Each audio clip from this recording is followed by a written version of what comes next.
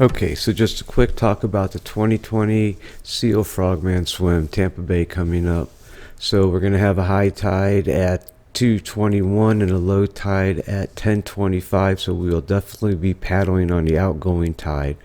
As you can see, Tampa Bay, that big area in red, will be draining out right where we're paddling, so that is what we will be dealing with.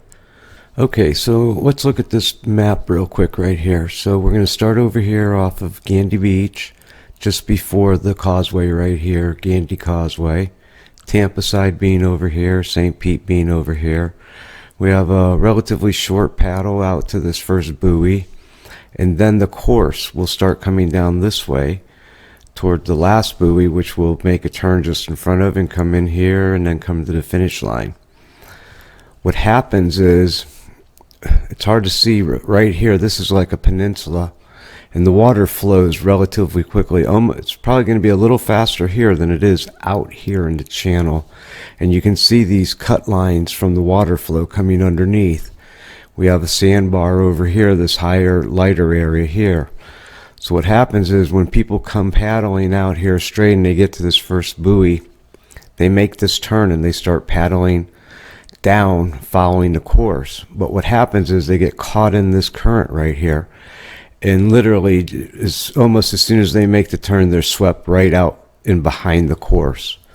And then what ends up happening is by the time they get to this first buoy, which is about 350 yards away, they're trying to paddle back up against the current to get back on this side of the line.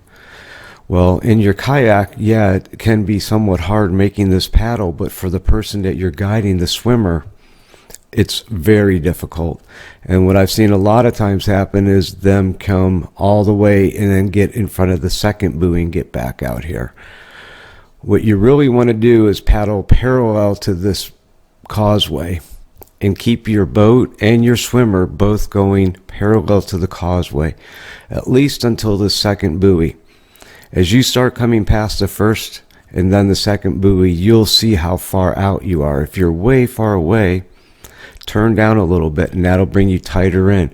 But at no time will you find paddling the same direction as the course is going will work for you. It will continuously put you behind it. You're almost, originally when you come out here at the beginning, you're going to be parallel to this causeway. See how that works for you. And then as you get toward the second and the third buoy, you'll end up pointing more directly east, straight over to here.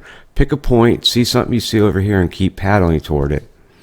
Watch the buoys. If you get too far away from them on this side, turn in just a little bit and watch the next one and correct your course.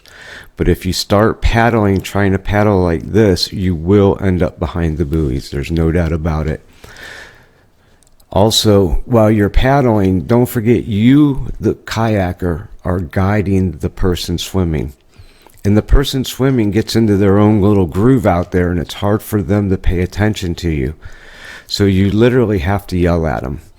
And it's much easier to try to just use their number, swimmer number 4,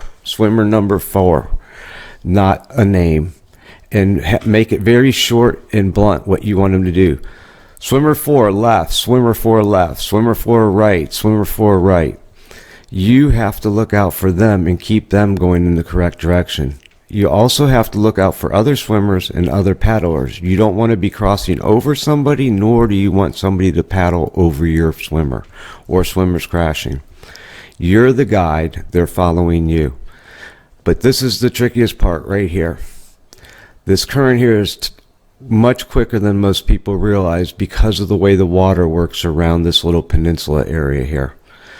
Paddle out parallel, watch your distance, correct your boat to bring you in if you need to. If you find you're moving in very quickly on the buoy, turn back out and paddle more. If you have to paddle this way, literally away from the line to keep going, that's what you need to do. The slower your swimmer is, the slower you are, the more the current will affect. All right, you guys enjoy the paddle and have a great day. Be safe. Make sure you bring water for yourself and your swimmer, and also a life vest for you and some kind of flotation device for your swimmer to invest or paddle float, something like that. So I want to thank the SEAL Foundation for putting on the Frogman swim, and I want everybody to have a great time and enjoy it out there. Have fun, be safe. Thanks for watching the video, and enjoy.